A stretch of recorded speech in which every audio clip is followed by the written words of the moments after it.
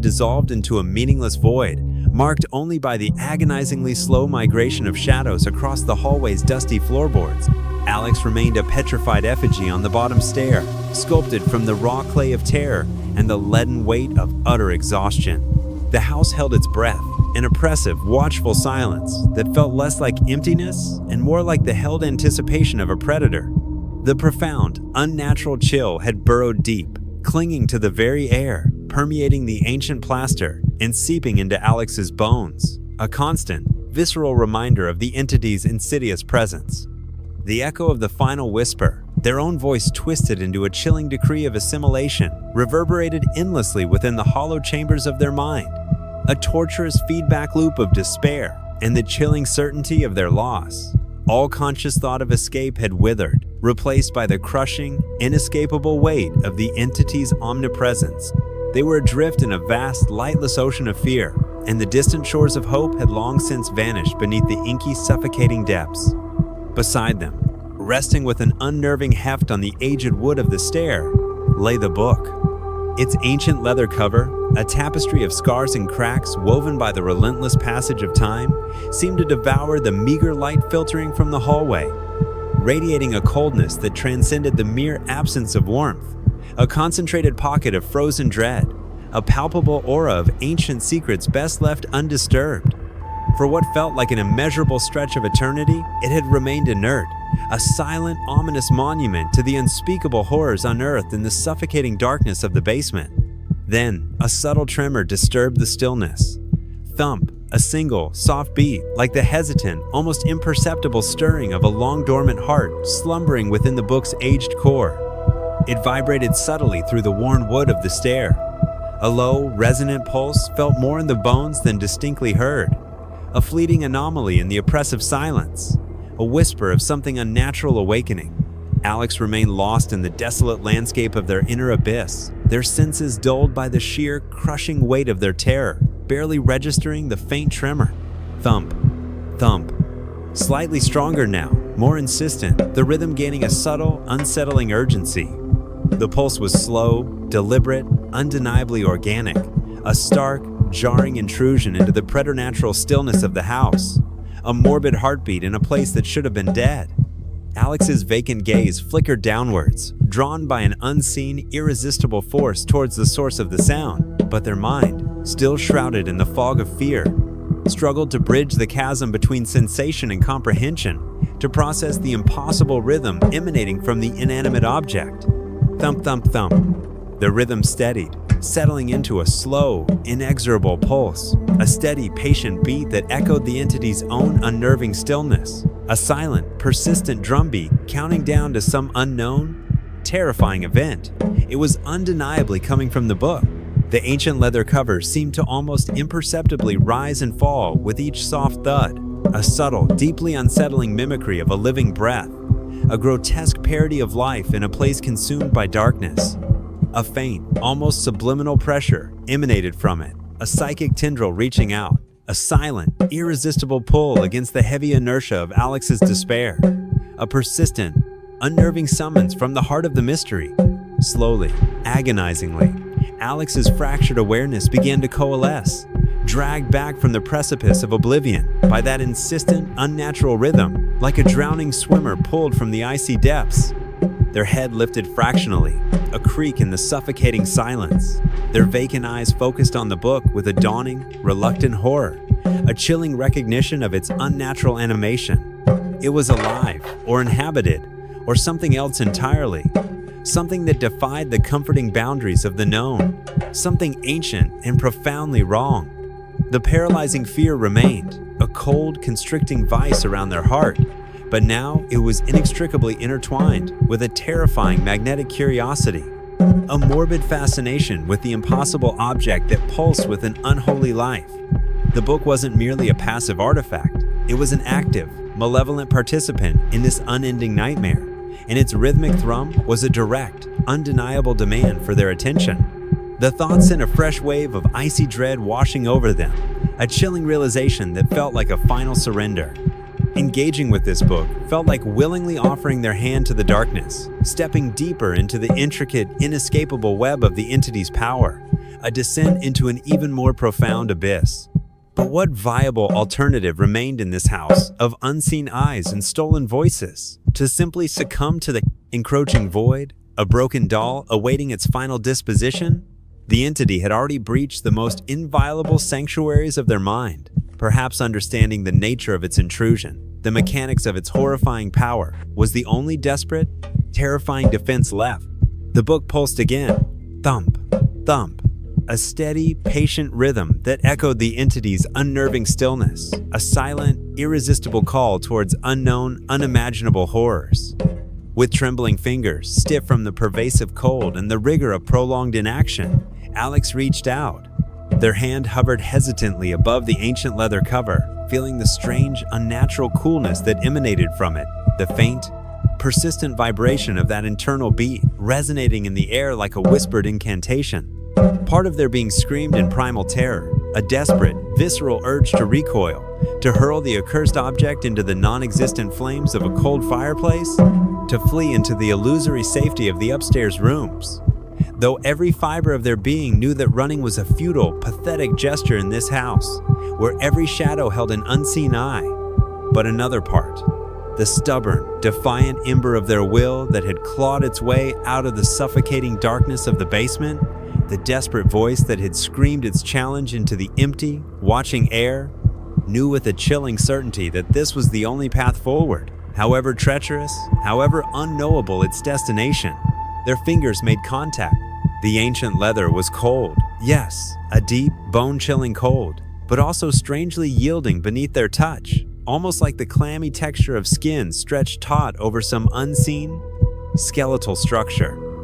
The thumping intensified subtly under their touch, a silent, unsettling acknowledgement of their interaction, a morbid welcome.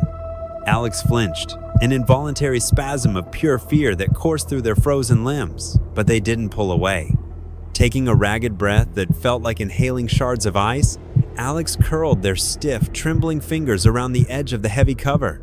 It was time to finally open the book. Time to confront the secrets that the darkness held captive within its aged, whispering pages. The heavy leather cover yielded with a soft, mournful groan as Alex lifted it, the sound akin to the settling of ancient bones within the house's very structure. A puff of dry, intensely musty air escaped from the book's aged confines, a tangible exhalation of forgotten time and buried secrets. Its odor instantly eclipsed the basement's damp, earthy decay, a complex and unsettling bouquet of brittle paper crumbling to dust. The faint sweetness of dried herbs long past their potency, a sharp, metallic tang reminiscent of old, oxidized blood, and an underlying, unidentifiable scent that twisted Alex's stomach into a knot of primal unease. Something acrid, almost chemical, and fundamentally, disturbingly wrong. The pages revealed were far from the pristine leaves of a new book. They were thick, yellowed parchment, rough and unevenly cut, feeling strangely organic beneath Alex's hesitant touch, almost like thin, cured hide stretched taut. The edges were brittle, flaking away into dust at the slightest pressure. And they were covered, edge to edge, not in the neat, uniform print of a modern age, but in dense, spidery handwriting that seemed to writhe across the parchment like trapped insects. The ink itself varied wildly, faded to a sepia brown in some places, stark and unsettlingly black in others, occasionally punctuated by passages scrawled in a deep, disturbing crimson that looked unnervingly viscous, almost alive. The script itself was archaic, a bewildering tangle of strange ligatures and unfamiliar letter forms that made deciphering even a single word a daunting task. It seemed to shift between languages with an unsettling fluidity. Passages that bore a vague resemblance to Latinate script sat jarringly beside blocks of text composed of sharp, angular symbols Alex had never encountered before, interspersed with what might be cramped, old-fashioned English written in a painstakingly delicate hand. But it was the illustrations, woven intricately between the dense blocks of indecipherable text, that seized Alex's attention with a visceral jolt, making their breath hitch in their throat. Drawn with the same disturbing inks that stained the parchment, they were nightmarish visions rendered with obsessive, unsettling detail, anatomical diagrams of impossible creatures with too many limbs and vacant, staring eyes, celestial charts mapping alien constellations that swam in the periphery of Alex's understanding, complex circular diagrams that eerily echoed the eye-like symbols etched onto the basement jars, and graphic depictions of shadowy rituals involving cloaked figures and sacrificial offerings that made Alex's skin crawl with a primal, instinctive revulsion. One image, dominating the first page, Alex could see clearly, burned itself into their mind. It was a stark, unsettling drawing of a house. This house, instantly recognizable despite the archaic, almost childlike style of the rendering, but it was depicted less as a mere building of brick and mortar, and more as a living, breathing organism, its very essence intertwined with the darkness around it. Tendrils of shadow, thick and grasping, snaked from its foundation, burrowing deep into the earth like roots seeking sustenance. The windows were drawn as vacant, staring eyes, black and soulless, and emanating from the roofline like a toxic exhalation, like steam or smoke infused with malevolence, were swirling patterns that sickeningly resolved into distorted, screaming faces, their silent agony palpable. Below the house, sketched with horrifying precision, was a collection of jars, identical in every chilling detail to those that lined the shelves in the basement, each containing a vaguely humanoid shape submerged in a dark, viscous liquid. A wave of dizziness washed over Alex, the air around them seeming to warp and distort. Their trembling fingers traced the crude yet undeniably accurate image of the house, of the rows of unsettling jars. This book knew. It was a record, a manual of horrors, a chilling testament to the ancient evil that had taken root in this place. A history written in blood and fear. As Alex stared, captivated and utterly horrified by the silent narrative unfolding before them, the house around them seemed to react to the book's unveiling. A low hum began, almost subliminal, a deep vibration that resonated through the floorboards beneath their feet, a malevolent harmony with the slow, deliberate beat that still thrummed faintly from the book itself. The shadows in the corners of the hallway seemed to deepen and elongate, stretching like grasping, skeletal fingers reaching out from the darkness. A faint, icy breeze, carrying the cloying scent of basement damp and the book's acrid, fundamentally wrong odor, snaked around Alex's ankles. Despite all windows and doors remaining firmly closed, Alex looked up sharply, their heads snapping back, their eyes frantically scanning the silent hallway. Nothing overtly threatening had materialized. No shadowy figure had stepped from the gloom, but the very atmosphere of the house had undergone a palpable shift, a tightening of the unseen noose. The house was aware, the entity was aware that its secrets were being unearthed, that the book had been opened. It was listening, watching with countless unseen eyes. Perhaps, even reading along, its ancient consciousness tracing the same disturbing script. A new, more insidious layer of fear joined the morbid fascination that held Alex captive. This wasn't just a passive act of reading, it was an interaction, a dangerous, perhaps irreversible dialogue with the malevolent forces that inhabited this place. Alex glanced down again at the dense, spidery script that surrounded the drawing of the house, a desperate yearning for understanding warring with the primal terror of what that understanding might reveal. Comprehending this archaic text felt critical, possibly the only treacherous path to survival, but the bewildering tangle of unfamiliar letter forms and disturbing symbols remained a formidable barrier. Yet, as they stared intently, driven by a desperate urgency, some of the more cramped English words scrawled near the drawing seemed to clarify, as if a veil was being lifted from their understanding. Or perhaps their mind, pushed to the absolute breaking point, was finally, terrifyingly, beginning to decipher the ancient script. Fragmented words leaped out from the page, disjointed yet chillingly relevant, whispering their dark secrets. Foundation stone, conduit, 20 vessel of the Watcher, feeds on fear, echoes trapped within. The glass reflects the soul's decay. Grayson lineage, keepers. Or prisoners? Keepers? Prisoners? Grayson lineage? The name struck Alex with the force of a physical blow. A sudden, sickening connection between the mundane normalcy of their neighbor and the ancient, unspeakable horror documented in these brittle pages. He wasn't just involved, a casual bystander to the nightmare. His family was intrinsically tied to this entity, perhaps for generations. Their role disturbingly ambiguous.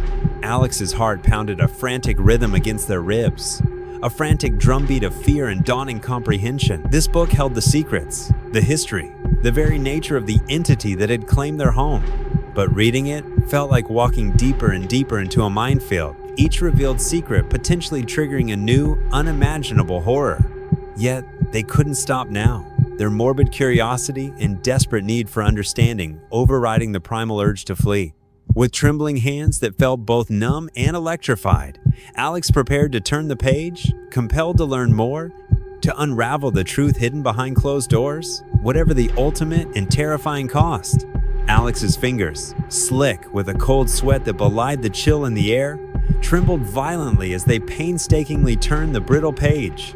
The ancient parchment crackled ominously, the sound like the whispered warnings of the dead, threatening to disintegrate into dust with the slightest misstep.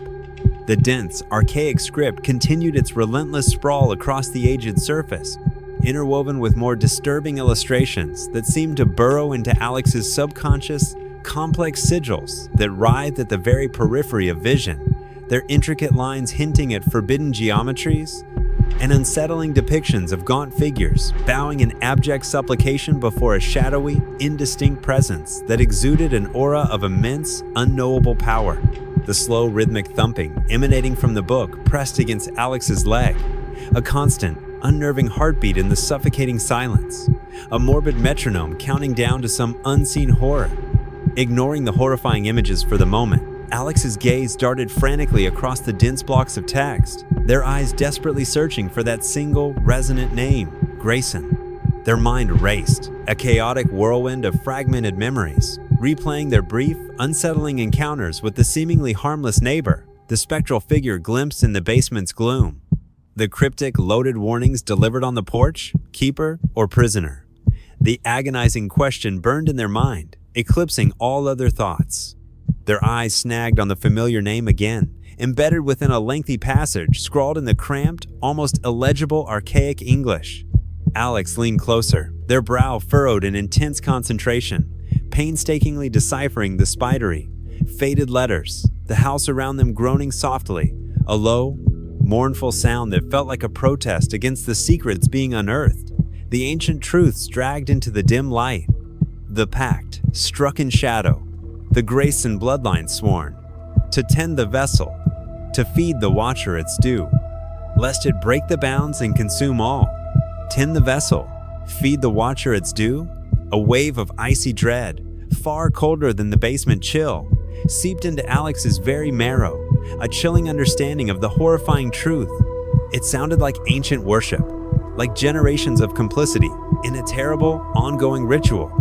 Grayson wasn't just a strange, reclusive neighbor. His family were, or had been for centuries, the unwilling caretakers of this monstrous horror. They built the house upon the node point, a lens to focus the fear, a cage of sorts, yet also a shrine.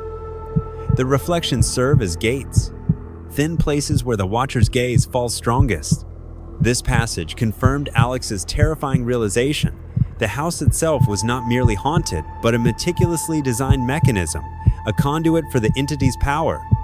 The Graysons had built it, intentionally shaped it in this horrifying way, but the agonizing question remained, why? What ancient bargain had necessitated such a terrible burden?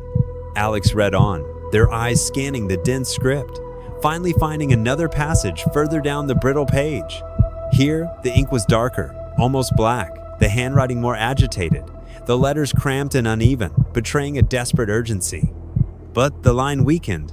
Faith faltered. The rituals grew hollow. Some sought escape, breaking the oath sworn in blood. Fools!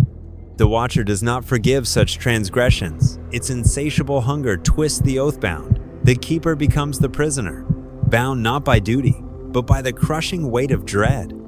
Their service, once perhaps willingly given, becomes an eternal torment. Prisoner. The word resonated with a chilling clarity, casting a new, horrifying light on the image of Grayson on the porch. The flat, lifeless eyes that held no genuine warmth. The forced, unnatural smile that never quite reached them. The underlying sense of vague, unsettling menace that had always lingered beneath his mundane facade. Was his cryptic warning about keeping on top of the darkness? Not a threat. but the desperate lament of a jailer trapped for eternity with his monstrous charge? Was he forced to perpetuate the cycle of horror, perhaps even lure unsuspecting victims to this place to appease the entity's insatiable hunger and prevent something far, far worse from breaking free? A chilling illustration accompanied this section of text. A gaunt figure kneeling on a stone floor, their body bowed in utter despair, chained not with tangible iron, but with tendrils of shadow that emanated from a large, unblinking, staring eye symbol etched into the very stone beneath them. The figure's face was deliberately obscured by shadow, but their posture spoke volumes of utter despair, complete subjugation, and the crushing weight of eternal imprisonment. The watcher drains them slowly, takes their will, their very essence, wears their faces like masks, speaks with their stolen voices. The house becomes their tomb, as much as its accursed temple. Only the offering, the fresh, potent fear, the resonant, untainted soul, can grant a temporary respite, a brief loosening of the chains that bind them to its will. Alex recoiled as the horrifying understanding dawned, a cold, sickening wave that washed over them like a physical blow. The entity didn't just feed on fear, it needed it, craved it with an insatiable hunger. And the Graysons, trapped in their ancestral, horrifying role, were forced to procure it, to perpetuate the cycle of terror. Was Alex meant to be such an offering? Was the antique doll, with its unsettlingly lifelike eyes, the first calculated step in preparing them for the entity's insatiable hunger? The house groaned again, a deeper, more resonant sound this time, as if the very foundations were shifting in protest. A floorboard upstairs popped sharply, the sound echoing like a gunshot in the oppressive silence. The faint, cloying sweetness of roses, unnatural and unsettling in its intensity, drifted down the main staircase, a ghostly fragrance mingling with the book's foul, ancient odor. Grayson, was he nearby, alerted by the house's unrest? Was he aware of the ancient secrets being revealed, the horrifying truth being unearthed from the brittle pages of the book? Alex glanced nervously towards the barricaded basement door, a flimsy barrier against the unseen horror below, then up the shadowed expanse of the main staircase, towards the unseen presence that might now be lurking above. The feeling of being watched was no longer just the amorphous gaze of the entity. It felt specific now, potentially human, adding a new, immediate layer of physical threat to the already overwhelming terror. But the book still held them captive, its secrets a morbidly compelling lure. They had uncovered the horrifying truth of the Grayson lineage, the trapped wardens forced to feed their monstrous prisoner. Now, the desperate need intensified to understand the prisoner itself, the Watcher. What was its true nature? Where had it come from, this ancient entity of shadow and fear? And most importantly, could it be stopped? Or was Alex destined to become just the next terrified offering in a cycle of horror that stretched back centuries? Driven by a desperate need for leverage, for any kind of weapon against this overwhelming evil, Alex forced their trembling attention back to the book's cryptic pages, their eyes scanning the dense script, searching for any clue, any answer about the entity itself. The air in the hallway thrummed with an unseen energy, a palpable tension that prickled Alex's skin. The cloying sweetness of the lingering rose scent warred with the ancient, acrid odor emanating from the open book, a bizarre and unsettling olfactory tapestry of the mundane and the monstrous.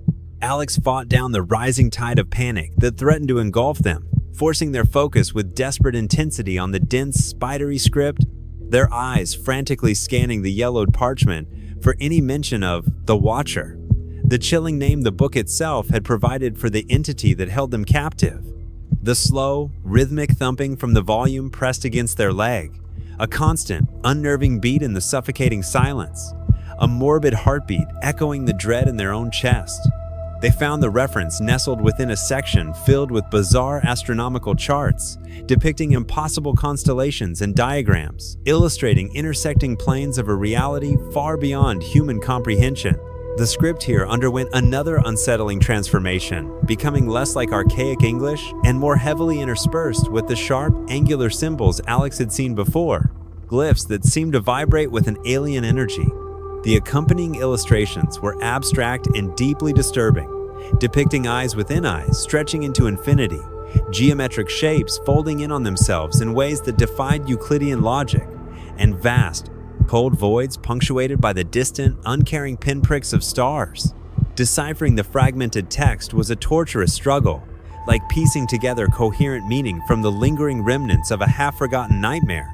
But chilling fragments emerged, their implications sending icy tendrils of dread down Alex's spine. It does not dwell within space, but gazes through it, a consciousness vast and cold, older than the very light of stars. The angles of reflection provide purchase, thin spots where the veils between realities bleed. Glass, water, the polished surface, the tear on the cheek, all are windows for the watcher. So, it wasn't from this world. It was something ancient, something alien, peering into their reality from a place beyond human understanding. The mirrors weren't just conduits for its gaze. They were fundamental vulnerabilities in the very fabric of existence, ruthlessly exploited by this ancient, cosmic consciousness. The house wasn't merely built on a convergence of energies. It was intentionally constructed as an antenna, a meticulously designed instrument created by the Graysons to amplify these inherent weaknesses, perhaps initially with the hubristic intent to commune with or even control the entity, only to have their ambition twisted into eternal imprisonment. It perceives not as we perceive, sees echoes of thought, the lingering residue of desires, the raw, undimmed landscape of fears, consumes the resonance, the psychic imprint left on place and soul. Fear is the brightest flavor to its pallid palate. Despair, the richest, most sustaining texture. It didn't just feed on the immediate terror, it consumed the accumulated emotional energy, the very essence of lived experience, the psychic residue clinging to the house and its inhabitants. This explained the oppressive, suffocating atmosphere that permeated every room, saturated with generations of terror, despair, and unspoken suffering. Alex felt a sickening lurch in their stomach. Their own intense fear wasn't just a natural reaction to the horror, it was a vital, sustaining nourishment for the entity.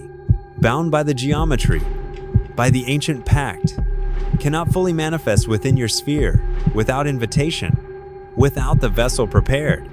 The keeper's sacred duty was to maintain the delicate balance, appease the ever-watchful gaze, prevent the complete crossing, the rending of the veil.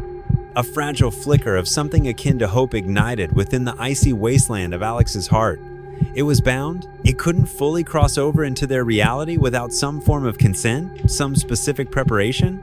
But the mention of the vessel hung heavy in the air, an ominous, undefined term that sent shivers of dread down their spine. Was Alex intended to be that vessel? Was that the horrifying purpose behind the entity's attempted possession? The chilling prelude to a full, irreversible integration? The book didn't explicitly detail the process of preparing a vessel, but the terrifying implication hung in the air, thick and suffocating. As Alex absorbed these terrifying revelations, the house reacted with a sudden, violent outburst, far more aggressive than its previous subtle warnings.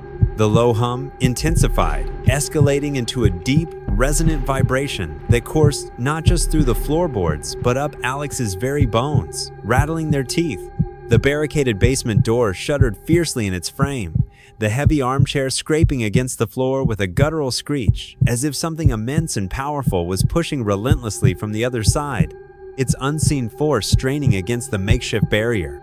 A high-pitched whine, eerily similar to the piercing sound that had accompanied the green light display, but sharper, more focused, more acutely painful, emanated from the tarnished brass doorknob of the basement door, which began to frost over with alarming speed, delicate ice crystals spreading across its surface, despite the distinct lack of any physical cold. Alex flinched back with a strangled cry, their eyes darting frantically between the violently rattling door and the rapidly frosting doorknob. The entity loathed this unveiling of its secrets. It felt like deliberately poking a slumbering, ancient beast with a sharpened stick, the consequences swift and terrifying. Driven by a desperate urgency, a frantic need to glean any remaining scrap of useful knowledge, Alex's eyes darted across the rest of the brittle page, searching for anything, a weakness, a counter-ritual, a name that held power. Their gaze snagged upon a complex diagram near the bottom of the parchment. It was another circular symbol, intricate and multi-layered, different from the unsettling eye symbols adorning the basement jars, but clearly related, a part of the same terrifying language. It incorporated sharp, precise angles, flowing curves, and some of the alien-looking glyphs that defied earthly understanding. Beside it, starkly written in the disturbing crimson ink, was a single, chilling phrase. The geometry that binds can also blind. The gaze averted, the window closed. But the price? The rest of the sentence was brutally smudged, the archaic letters rendered illegible, obscured by a dark, viscous stain that looked disturbingly like old, dried blood, a silent testament to the terrible cost of such knowledge. Blind the watcher? Close the windows between realities? It sounded like a potential defense, a desperate way to fight back against the cosmic horror. But the ominous mention of the price, coupled with the unsettling bloodstain, sent a fresh wave of icy dread washing over Alex. Before they could contemplate the cryptic phrase further, the violent rattling of the basement door ceased abruptly. The heavy armchair settled back against it with a dull thud. The piercing whine emanating from the frosting doorknob cut off as suddenly as it had begun. An unnatural, oppressive silence fell over the hallway, heavier and more menacing than any that had preceded it. A pregnant stillness that spoke of a power shift. The frost on the brass doorknob began to recede slowly, the ice crystals melting back into an unseen void. It wasn't a retreat. It felt like a calculated change in tactics, a repositioning of the unseen forces. Suddenly, from the floor above, came the distinct, sharp, unmistakable sound of shattering glass. A bedroom window, followed by a faint, chilling giggle, high-pitched, childlike in its timbre, yet utterly devoid of mirth, a sound that scraped against Alex's sanity. It sounded disturbingly, impossibly like the giggle they had imagined hearing from the antique doll back in the suffocating darkness in recent times. Alex's blood ran cold, turning to glacial ice in their veins. The entity wasn't just pushing at the barricaded basement door anymore. It was moving freely through the house, utilizing other windows, perhaps drawn by Alex's intense focus on the book, perhaps simply angered by the secrets being revealed. And it wasn't just whispering insidious lies or manifesting fleeting lights anymore. It was breaking things. It was laughing. Clutching the ancient book like a fragile shield, Alex scrambled to their feet, their heart pounding a frantic, desperate rhythm against their ribs. They were exposed here in the open hallway, vulnerable and alone. They needed to move, to find some semblance of cover, to prepare for a direct confrontation that now felt terrifyingly imminent. But where could they go in a house that was itself a conduit for the entity? And how could they possibly utilize the cryptic knowledge of the binding geometry, especially with the unknown bloody price attached to its use? The Watcher was no longer just watching from the periphery. It was actively engaging, starting to play a deadly game with rules Alex didn't yet fully understand. The childlike giggle, sharp and brittle as shattered bone, echoed down the stairwell, piercing through the suffocating layers of Alex's terror like shards of broken glass. It was followed by the faint, delicate tinkle of settling fragments, a morbidly musical punctuation to an act of unseen destruction. Something was broken. Something malevolent was now residing upstairs. The playful, almost taunting sound, juxtaposed with the deliberate act of violence, sent a fresh, violent wave of nausea churning through Alex's gut. This was no longer just a passive, lurking presence. It was actively malicious, deliberately toying with them, savoring their fear. Hiding felt like a ludicrous proposition, a childish fantasy and a nightmare made real. Where could they possibly conceal themselves in a house that was itself a manifestation of the entity's will? Every shadow felt occupied by unseen eyes, every polished surface, a potential window into its cold, alien consciousness. The entity knew they possessed the book, knew they were beginning to unravel its secrets. It was coming for them, or perhaps more terrifyingly, drawing them inexorably towards it. Staying put, paralyzed by fear, felt like a slow, agonizing form of suicide.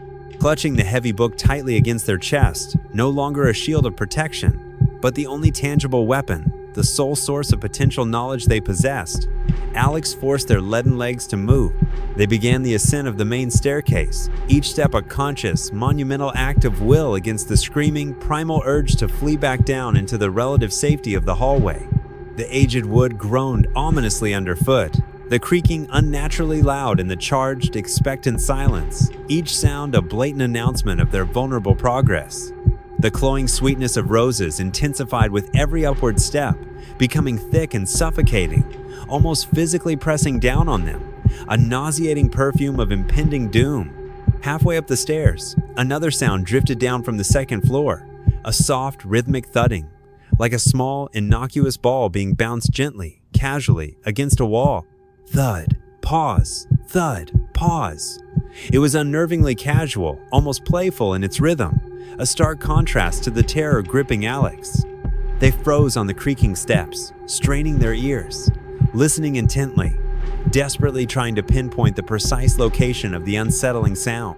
It seemed to be emanating from their bedroom, located at the far end of the upstairs hallway. They reached the landing, their breath catching in their throat. The upstairs hallway was noticeably darker than downstairs, the windows at either end either covered from within or reflecting only deep, impenetrable shadow. The rhythmic thudding continued, a steady, hypnotic pulse that seemed to draw them forward against their will. Alex crept forward, hugging the cold plaster of the wall, their senses on high alert, peering cautiously towards their bedroom door, which was now standing slightly ajar, a sliver of deeper darkness beckoning them forward. A faint, sickly green glow pulsed softly from beneath the crack in the door, synchronized perfectly with the unsettling thudding sound.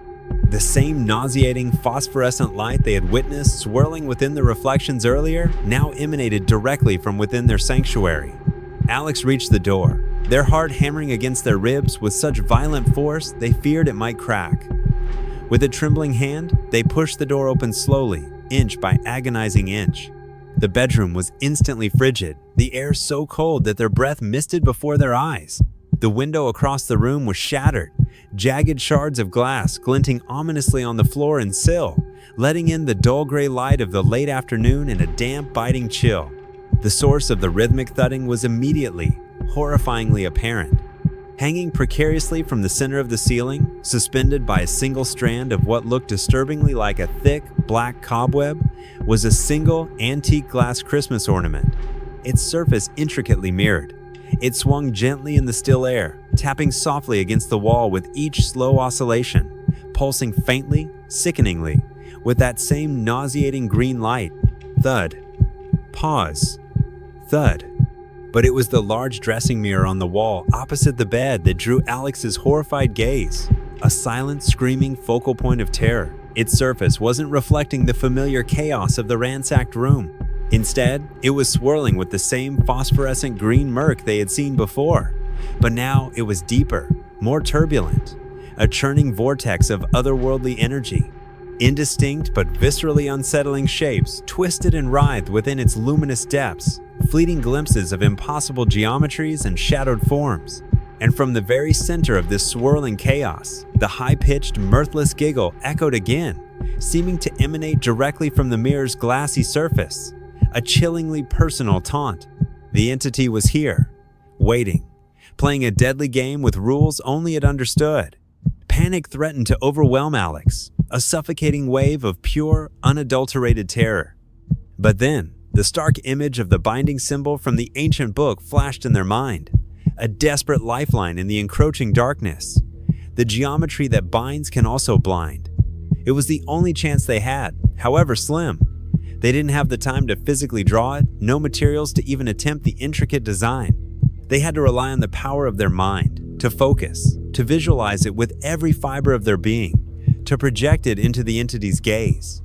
Alex stared intently at the swirling green mirror, their eyes straining to recall the intricate pattern, the sharp, precise angles, the flowing curves, the alien glyphs woven together in a complex, mesmerizing whole. They poured all their remaining focus, all their desperate will, into holding that complex image steady in their mind's eye, picturing it overlaying the chaotic surface of the mirror, willing it to take hold, to bind the entity within its geometric prison. For a heart-stopping moment, nothing happened. The sickly green light continued to pulse from the swinging ornament, the gentle thudding echoing in the frigid air, the mirthless giggling a constant, chilling reminder of their tormentor's presence. Then, the entity reacted with a sudden, violent fury. The swirling within the mirror intensified exponentially, the phosphorescent green light flaring blindingly bright, an unbearable assault on Alex's vision. The giggling cut off mid-peal, replaced by an ear-splitting shriek cack that seemed to tear at the very fabric of sound, multi-layered, metallic, filled with an inhuman rage and agonizing pain that resonated deep within Alex's being. Simultaneously, an agonizing bolt of pure agony lanced through Alex's head, a searing, unbearable pain that felt like ice picks being driven directly into their temples, accompanied by a blinding flash of horrific, fragmented imagery, the screaming faces from the book's illustration, the twitching, unidentifiable shapes suspended in the basement jars, the vast, cold, uncaring void between distant stars. Alex cried out, a strangled, involuntary sound of pure agony, staggering backward, their hands flying to their throbbing head, instinctively trying to block out the psychic assault. The heavy book slipped from their numb fingers, landing on the cold wooden floorboards with a sickening thud. Warm, wet blood trickled from their nose, a stark, physical manifestation of the entity's brutal counterattack. The price. This was the price the book had hinted at, or at least a terrifying part of it. Pain, agony, a direct, unfiltered exposure to the raw, cosmic horror. But through the blinding pain, Alex saw it. The swirling green light in the mirror flickered violently, receded slightly, as if momentarily recoiling from an unseen force. The ear-splitting, shrieking, intensified, but its quality shifted, becoming less pure rage and more frustration, confusion. The visualized binding symbol, even in its ephemeral mental form, had heard it. It had pushed it back, however infinitesimally. The antique glass ornaments swinging from the ceiling exploded outwards with a sudden, violent, implosive force, showering the freezing room in a rain of razor-sharp, glittering fragments. The gentle thudding stopped abruptly, replaced by the ominous sound of tiny shards tinkling on the floor. The sickly green light in the mirror dimmed rapidly, the turbulent, swirling chaos resolving back into a normal, albeit cracked and distorted, reflection of the ransacked room, showing Alex clutching his head, blood smeared across his face, terror still blazing in his wide, dilated eyes. The inhuman shrieking faded into a high-pitched whine that then abruptly ceased, leaving only a ringing silence that amplified Alex's own ragged, desperate breathing. The oppressive cold in the room began to lessen ever so slightly, the air feeling marginally less like the breath of a corpse. He had pushed it back. At a terrible cost, yes, but he had managed to inflict some form of resistance. Alex lowered his trembling hand slowly, wiping at the warm blood beneath his nose with the back of his hand. He stared at the now reflective, cracked mirror. It looked inert for the moment, but he knew this fragile reprieve was temporary. He had hurt it, angered it, shown it that he possessed a weapon, however rudimentary. It would be back, and likely, its retaliation would be far more devastating. His gaze fell on the ancient book, lying open on the floor, its brittle pages illuminated by the weak afternoon light filtering through the shattered window. He needed to understand the binding symbol fully, to decipher the true extent of the price, to find a way to make the binding permanent, if such a thing was even remotely possible. The fight wasn't over. It had merely entered a new, far more dangerous and personal phase. The high-pitched ringing in Alex's ears gradually receded, replaced by the frantic, uneven thumping of his own heart and the ragged rasp of his breath echoing in the unnaturally quiet bedroom. The air still carried a faint, metallic tang, and the phantom pain behind his temples throbbed with a persistent, rhythmic ache. With a trembling hand, he wiped the last traces of blood from beneath his nose, his gaze fixed on the cracked mirror.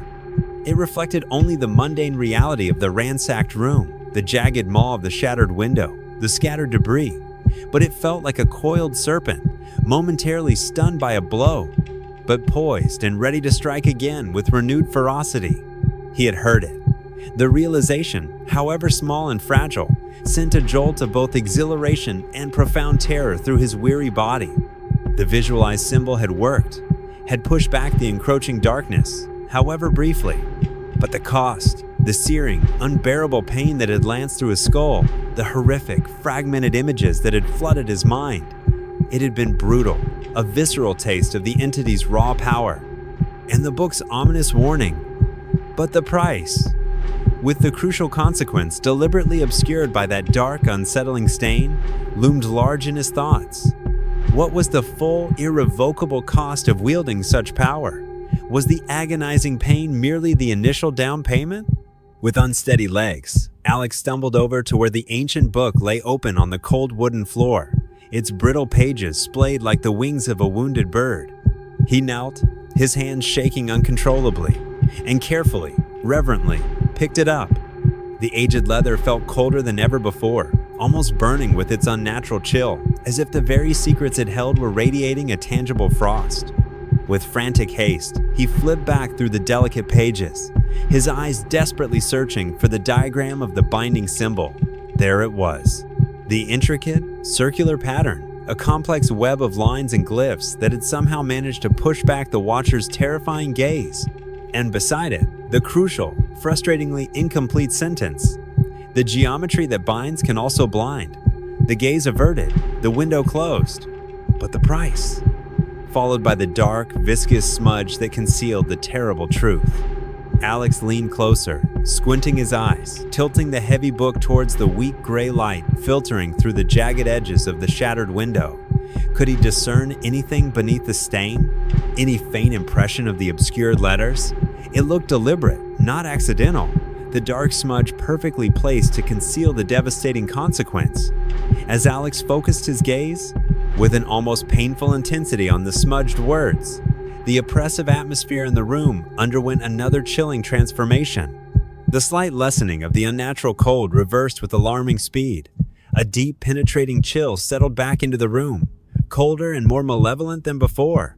The shadows that clung to the corners of the room seemed to deepen and elongate, coalescing into indistinct, grasping tendrils that stretched towards Alex like spectral fingers.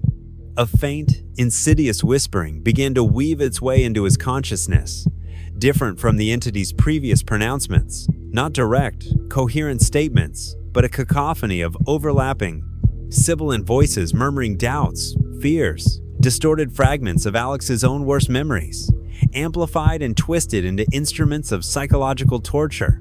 Can't do it. Too weak. The pain. Just the beginning. Look what happened. Blood. Failure. Grayson knows. Waiting.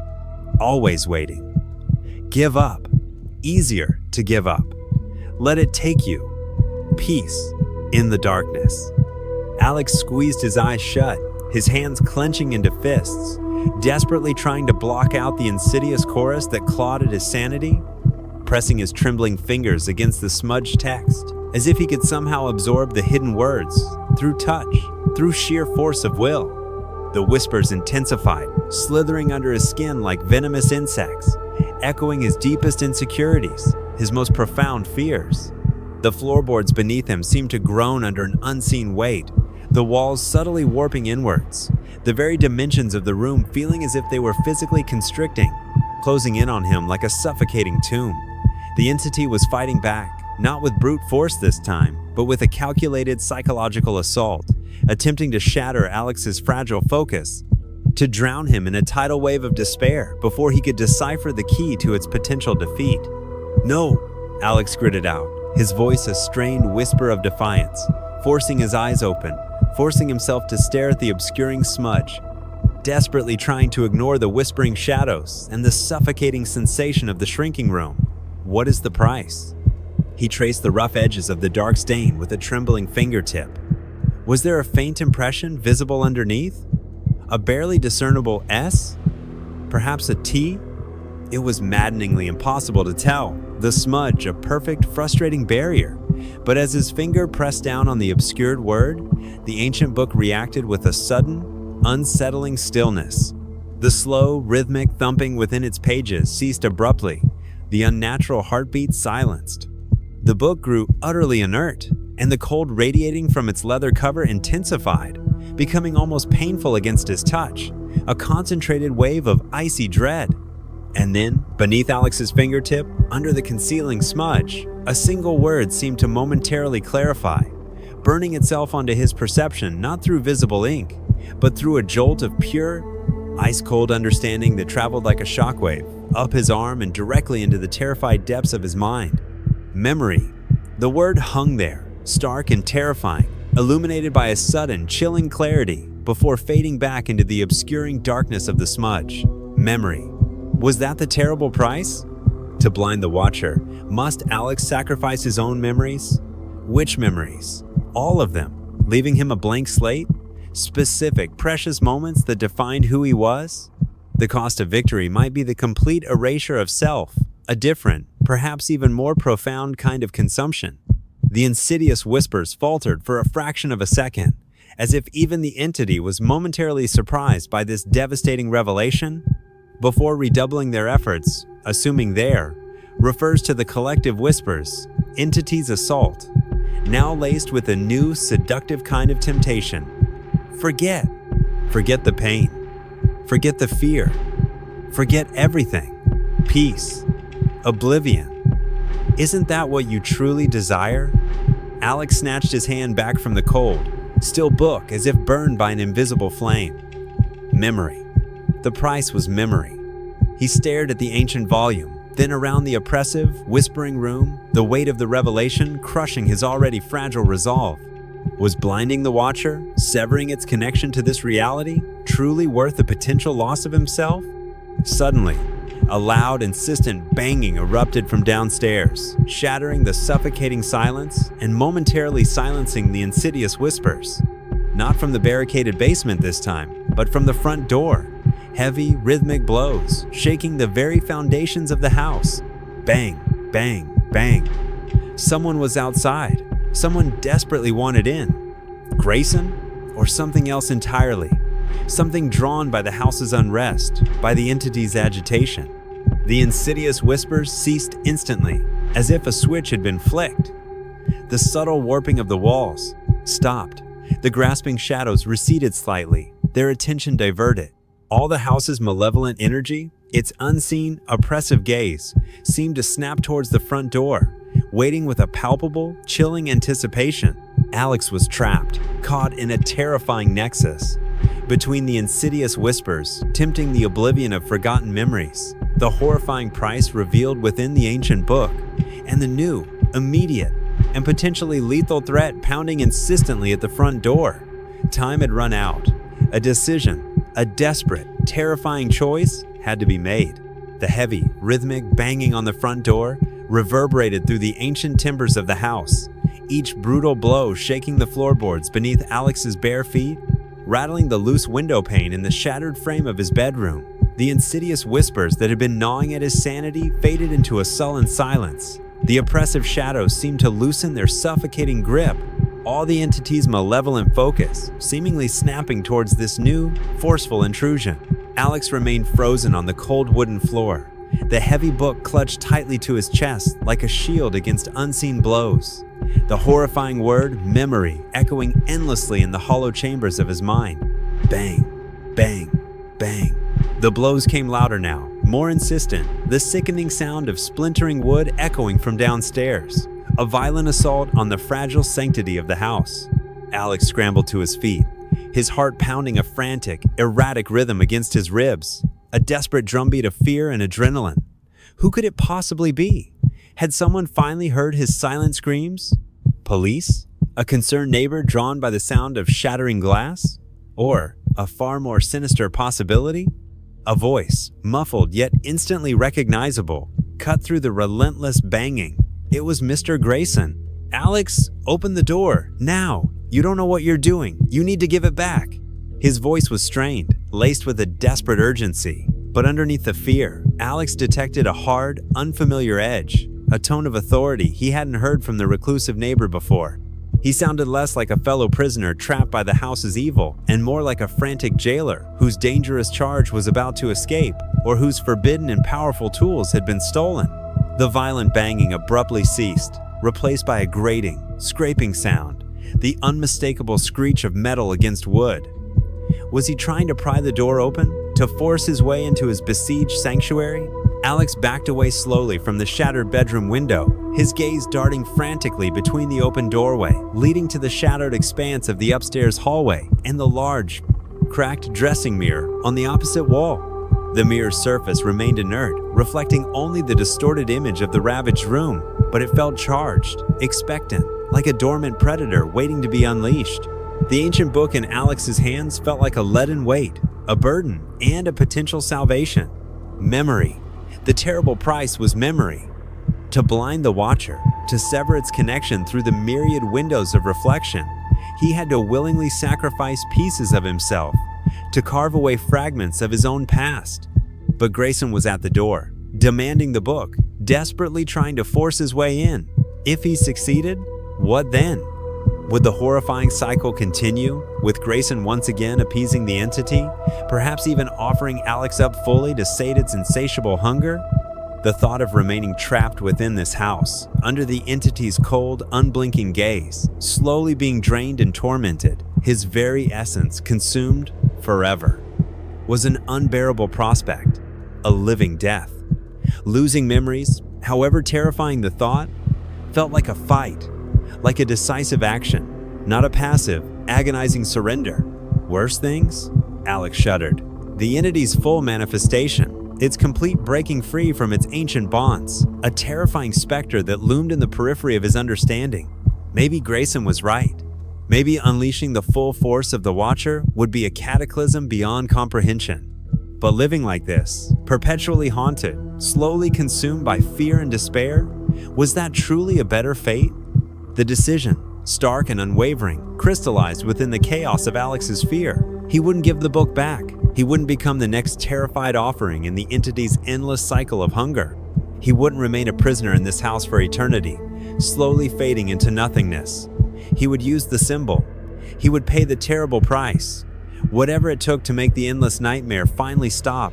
But he couldn't perform the ritual here, exposed in the open doorway. He needed a focal point, a place to draw the intricate symbol, to channel the raw, volatile energy. The basement? No, the heart of the entity's power, far too dangerous. Here in the bedroom? Too open, too vulnerable.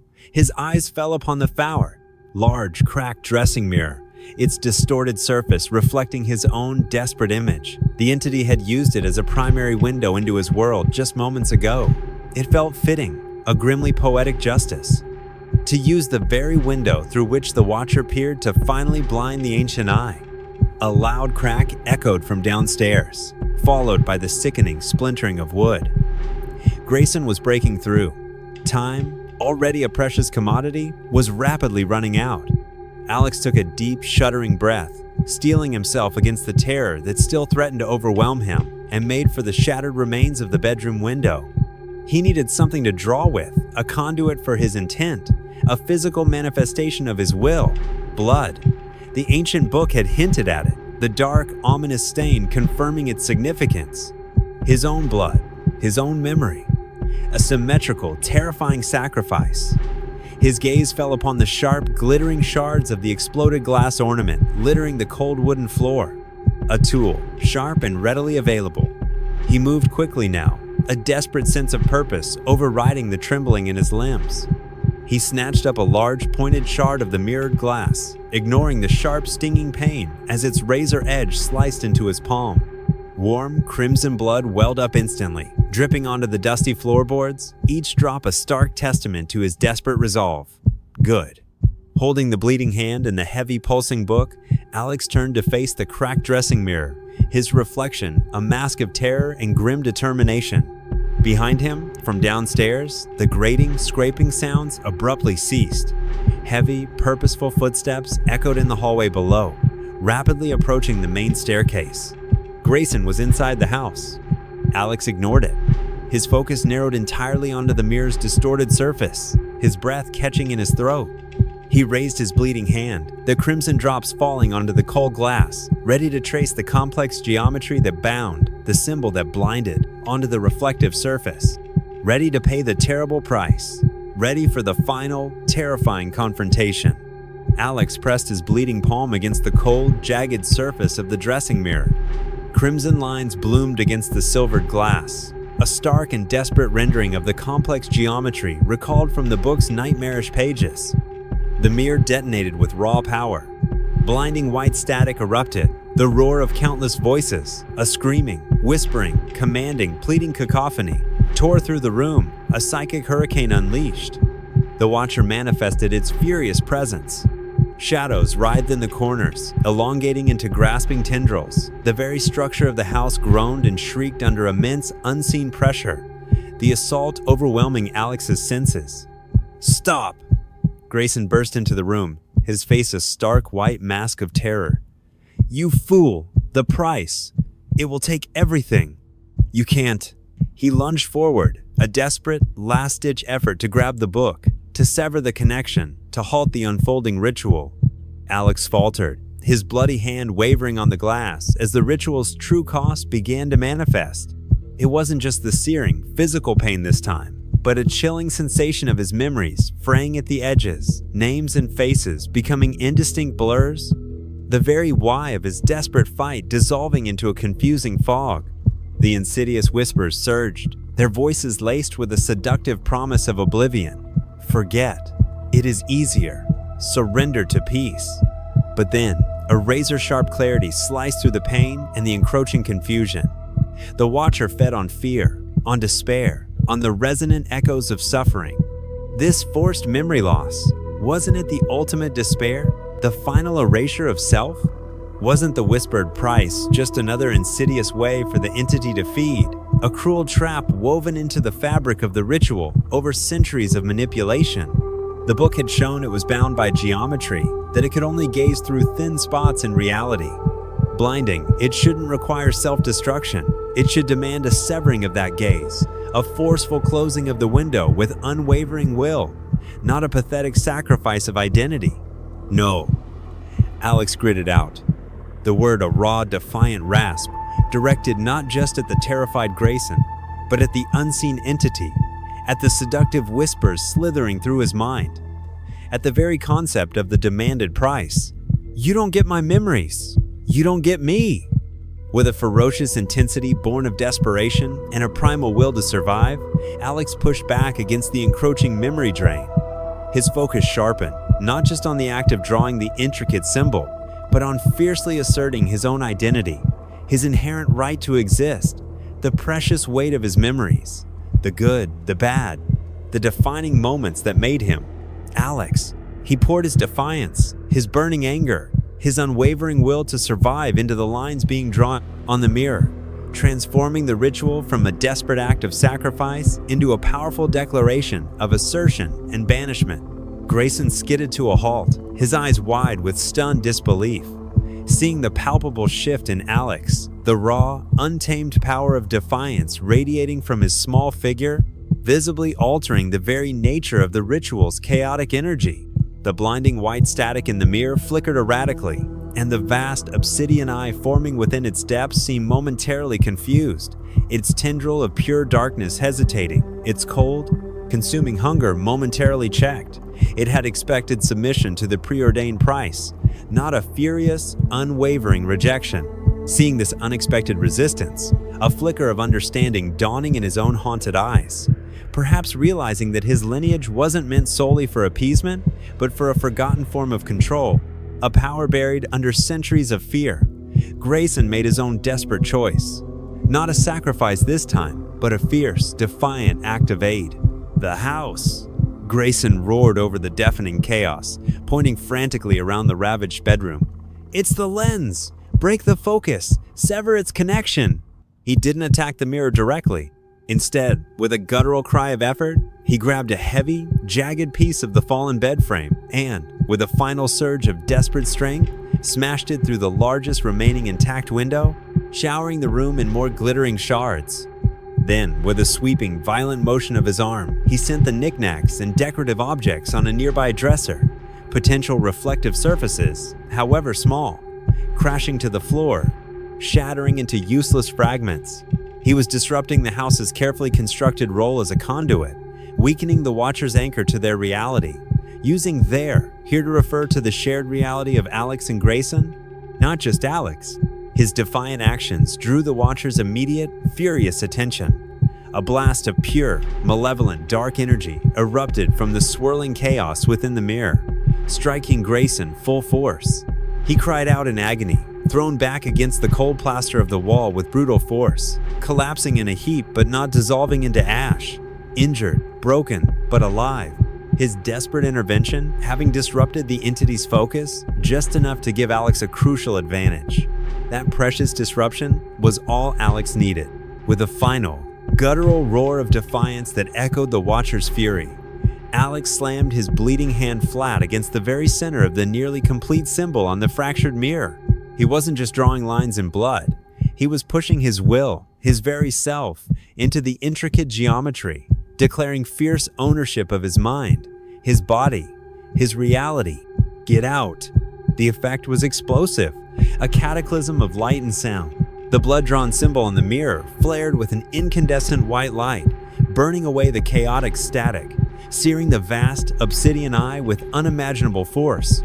The multi-voiced roar of the entity became a single, unified shriek of pure agony, disbelief, and utter defeat that seemed to vibrate the very air. The mirror didn't just crack further or crumble into dust. It imploded violently inwards, collapsing into a miniature point of utter, absolute blackness that then winked out of existence as if it had never been, leaving behind only the bare, scorched plaster of the wall. The faint outline of the symbol burned brightest where Alex's hand had pressed. Silence, profound, absolute silence descended upon the room, heavier and more complete than any silence that had come before. The howling wind ceased abruptly. The oppressive pressure vanished as if a great weight had been lifted. The house fell utterly still, the sudden quiet deafening after the preceding, terrifying chaos. But this silence felt different. Clean, light, devoid of the lingering malevolence.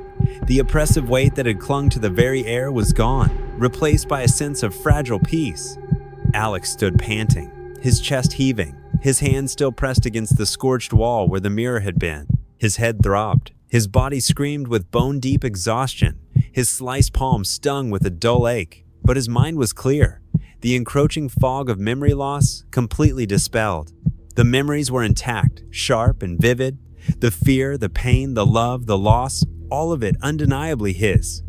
He looked down at his bloodied, scarred palm, then across the ravaged room at Grayson, who groaned softly, stirring against the wall, battered and broken, but miraculously alive. Sunlight streamed through the two shattered windows, casting long, fractured beams across a bedroom ravaged by supernatural conflict. Dust motes danced slowly in the golden light. The house was quiet, but it was the quiet of hard-won peace, not the tense, suffocating silence of bated breath. The air felt clean, breathable, free of the oppressive weight that had clung to it for so long. Alex lowered his hand from the scorched wall, flexing his stiff fingers. He felt every ache, every bruise, every cut and scrape, but underneath the physical pain, a profound sense of weary triumph settled in his soul. He looked at the ancient book lying inert on the floor. It looked like what it was, an old, heavy book, a dangerous record of a vanquished horror, its power now dormant, the terrifying connection finally severed. He walked over to Grayson, his steps heavy but purposeful, and gently helped him sit up against the wall. He looked at Alex, his face bruised and bloodied, a mixture of awe and utter exhaustion reflected in his haunted eyes. Alex turned, his gaze sweeping across the wrecked room, then towards the open doorway leading to the quiet hallway.